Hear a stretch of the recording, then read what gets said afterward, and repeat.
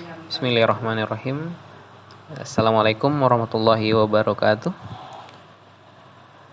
Alhamdulillahirabbil alamin.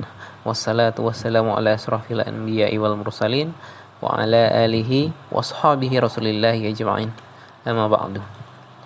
Pertama dan utama sekali, marilah kita ucapkan puji beserta syukur kita kehadirat Allah Subhanahu wa taala, yang mana atas kehendak beliaulah, atas rahmat beliaulah kita bisa sharing tentang kurikulum pada hari ini. Dan selawat beriring salam tak lupa kita hadiahkan pahalanya kepada Nabi besar kita Muhammad sallallahu alaihi wasallam. Baik, perkenalkan, nama saya Harida Feni. Di SMP ITL Yasin saya merupakan wakil kepala sekolah bagian kurikulum atau wakaf kurikulum, dan saya juga mengampu mata pelajaran bahasa Inggris. Oke, di sini atau pada kesempatan ini saya ingin menyampaikan atau berbagi ilmu tentang pengenalan kurikulum SMP ITL Yasin Batam. Oke, baik, langsung saja. Yang pertama itu pengertian kurikulum. Mungkin anak-anakku semuanya belum tahu ya apa itu kurikulum. Oke, kurikulum itu adalah seperangkat rencana dan pengaturan mengenai tujuan, isi dan bahan pelajaran, serta cara yang digunakan sebagai pedoman penyelenggaraan kegiatan pembelajaran untuk mencapai tujuan pendidikan tertentu. Jadi, kurikulum itu merupakan bisa dikatakan ruhnya sekolah, karena di sanalah rancangan tentang kegiatan pembelajaran yang akan berlangsung dalam 1 tahun itu dirancang. Di sekolah kita sendiri atau di SMP ITL Yasin, kita memakai kurikulum 2013, yang mana kurikulum ini memang sangat menekankan tentang karakter.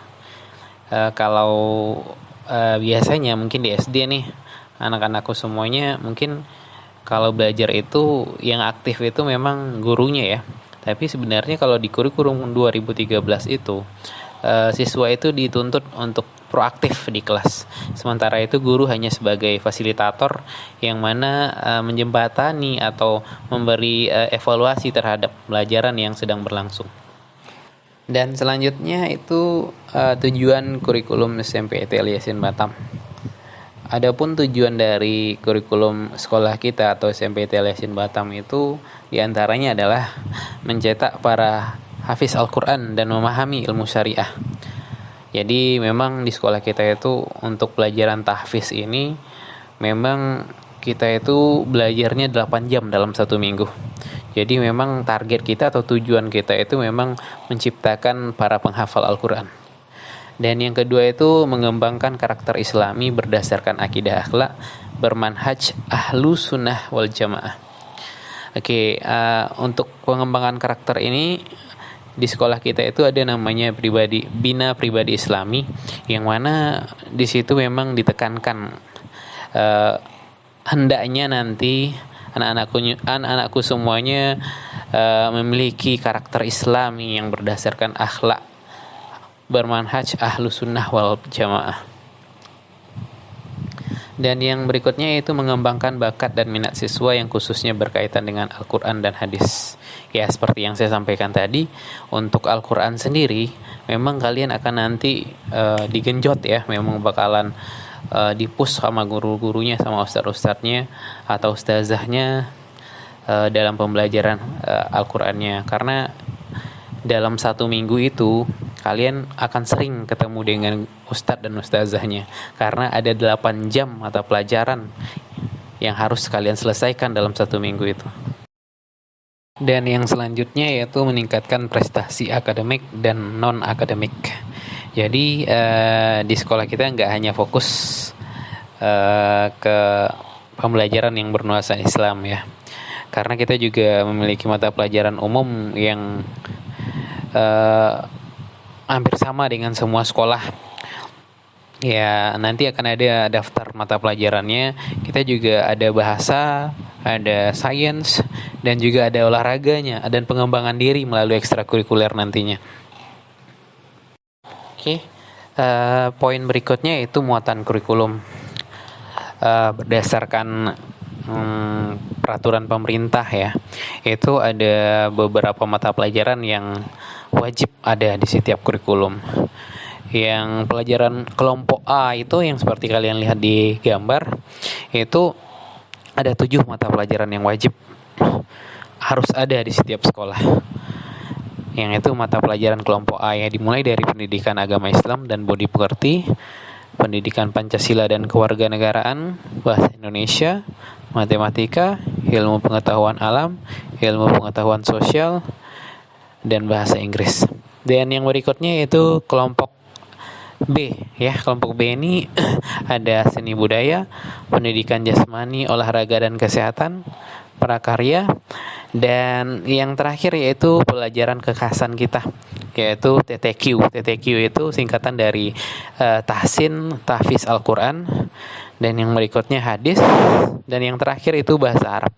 Oke, untuk alokasi waktu belajar sendiri, untuk pelajaran PAI dalam 1 minggu itu kalian akan belajar PAI 3 jam ya. 3 jam mata pelajaran. Untuk 1 jam mata pelajaran di sekolah kita itu 40 menit. Jadi kalian akan ketemu dengan ustadznya ya, yaitu sekitar 120 menit dalam seminggu. Yang berikutnya PPKN atau pendidikan Pancasila dan kewarganegaraan ya. Itu juga sama dengan PAI, ada 3 jam mata pelajaran. Dan selanjutnya ada bahasa Indonesia. Bahasa Indonesia ini ada 6 jam mata pelajaran ya. 6 dikali 4 berarti ada 24 berapa? 240 menit ya. Ya 240 menit kalian akan bertemu dengan gurunya nanti setiap minggu. Selanjutnya ada yang matematika atau MTK, itu ada 5 jam mata pelajaran. Dan yang berikutnya ada IPA, ada 5 jam pelajaran juga. IPS ada 4, bahasa Inggris ada 4, seni budaya ada 2 jam pelajaran, PJOK ada 3 jam pelajaran seminggunya, prakarya 2 jam, TTQ, ini yang mata pelajaran yang memang paling banyak ya alokasi waktunya dalam seminggu. Ada 8 jam mata pelajaran, 8 kali 40 menit. Ada sekitar berapa itu ya? 400 ya. 400 menit kalian belajar TTQ, menghafal Al-Qur'annya dalam seminggu. Yang berikutnya ada hadis 2 jam pelajaran, bahasa Arab 2 jam pelajaran. Oke, next. Yang berikutnya itu kriteria ketuntasan minimal. Kriteria ketuntasan minimal adalah kriteria ketuntasan belajar yang biasanya ditentukan oleh satuan pendidikan. Yang biasanya memang sekolah kita yang menentukan berapa sih batas minimal yang harus kalian raih dalam setiap mata pelajaran gitu. Untuk menetapkan kriteria ketuntasan minimal ini ada 3 aspek yang diperhatikan. Yang pertama itu intake ya. Intake itu adalah kemampuan rata-rata peserta didik. Jadi kita harus kalkulasikan nanti nih, ada 3 nih. Yang pertama itu ada intake, kemampuan rata-rata peserta didik. Yang itu akan dilihat nanti nih dari nilai ijazah kalian atau nilai tes kalian. Nah, dan selanjutnya itu kompleksitas. Kompleksitas ini nanti akan dirumuskan atau akan dimusyawarahkan oleh guru-guru tentang kompetensi dasar atau kesulitan atau tingkat kesulitan setiap mata pelajarannya. Dan yang selanjutnya yaitu kemampuan daya dukung. Untuk daya dukung ini mungkin akan dilihat juga nanti profesionalisme gurunya, sarana prasarana. Jadi yang 3 ini akan dikalkulasikan untuk menentukan kriteria ketuntasan minimal. Oke, seperti yang kalian lihat di gambar ya, ada sebuah tabel. Di situ bisa kalian lihat sendiri untuk mata pelajaran pendidikan agama, itu KKM-nya atau batas minimum yang harus kalian dapatkan itu 66.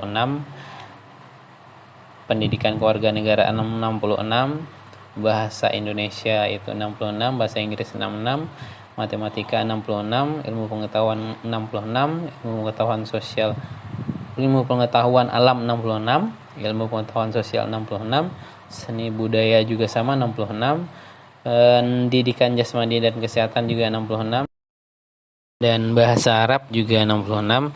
Sementara itu untuk pembelajaran kekhasan yang TQ dan hadis, kita untuk KKM-nya sedikit berbeda ya.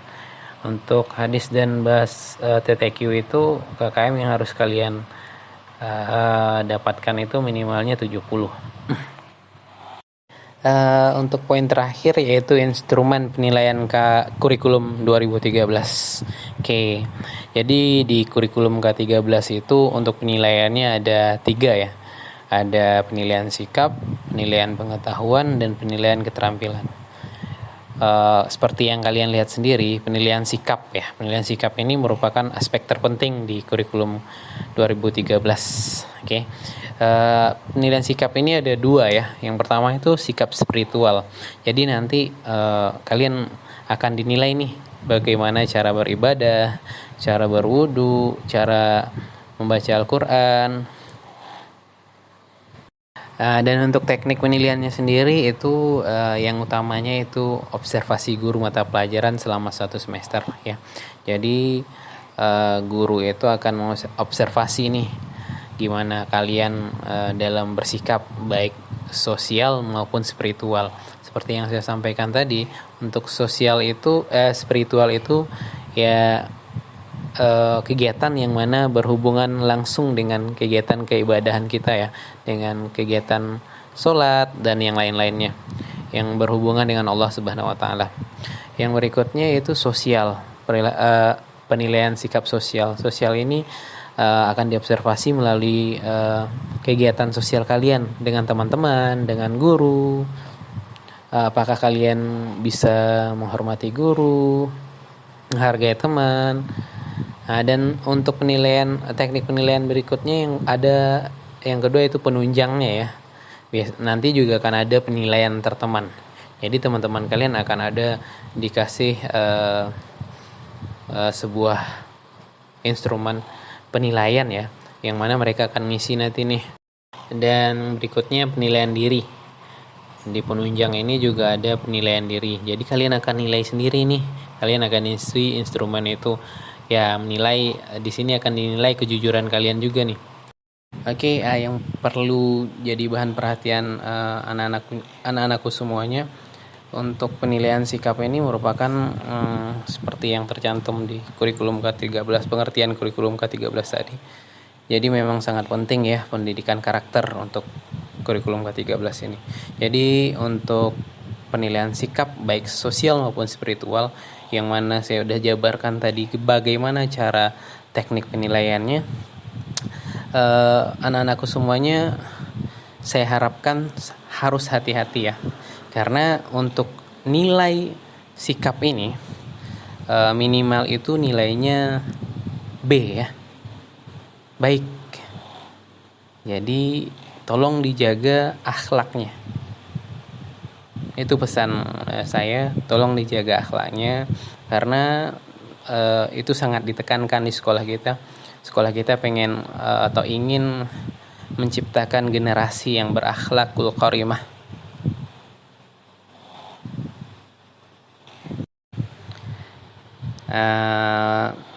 Lalu nanti di saat penerimaan rapor, kalian juga akan melihat di sana. Untuk penilaian sikap ini merupakan penilaian atau akan berada di lembar pertama. Jadi sikap ini memang yang paling penting nih di pembelajaran K13. Jadi nanti akan ada nilai sikap, ada nilai pengetahuan, dan nilai keterampilan. Jadi rapornya nanti 4 lembar. Yang terakhir itu ada ekstrakurikuler. Kalau untuk ekstrakurikuler nanti mungkin Ustadz Dodo yang jelaskan ya, karena beliau wakil kepala sekolah bagian kesiswaan. Dan selanjutnya ada penilaian pengetahuan. Untuk penilaian pengetahuan ada 3 teknik penilaiannya. Yang pertama itu tes tulis, yang kedua tes lisan, dan yang ketiga penugasan. Oke, untuk tes tulis ini mungkin bisa dijabarkan seperti apa ya? Seperti penilaian harian, seperti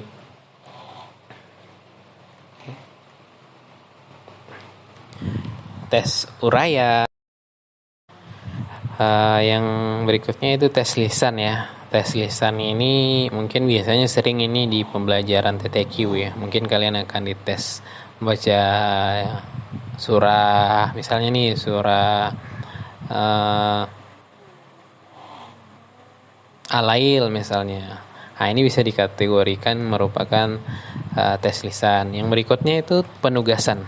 Penugasan ini ada dua ya, ada yang penugasan terstruktur dan penugasan tidak terstruktur. Penugasan terstruktur ini yang mana penugasan yang memang diberikan oleh guru mata pelajaran langsung di sekolah ya.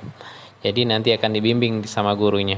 Sementara yang tidak terstruktur ini ya seperti yang kalian kerjakan di rumah, seperti tugas harian ya, tugas rumah. Dan yang berikutnya ada penilaian keterampilan. Untuk penilaian keterampilan ada praktek, produk, proyek, dan portofolio. Oke, mungkin itu saja yang dapat saya sampaikan. Terlebih dan terkurang saya mohon maaf. Yang benarnya itu datangnya dari Allah, yang salah itu semata-mata dari saya sendiri. Mohon maaf. Wassalamualaikum warahmatullahi wabarakatuh.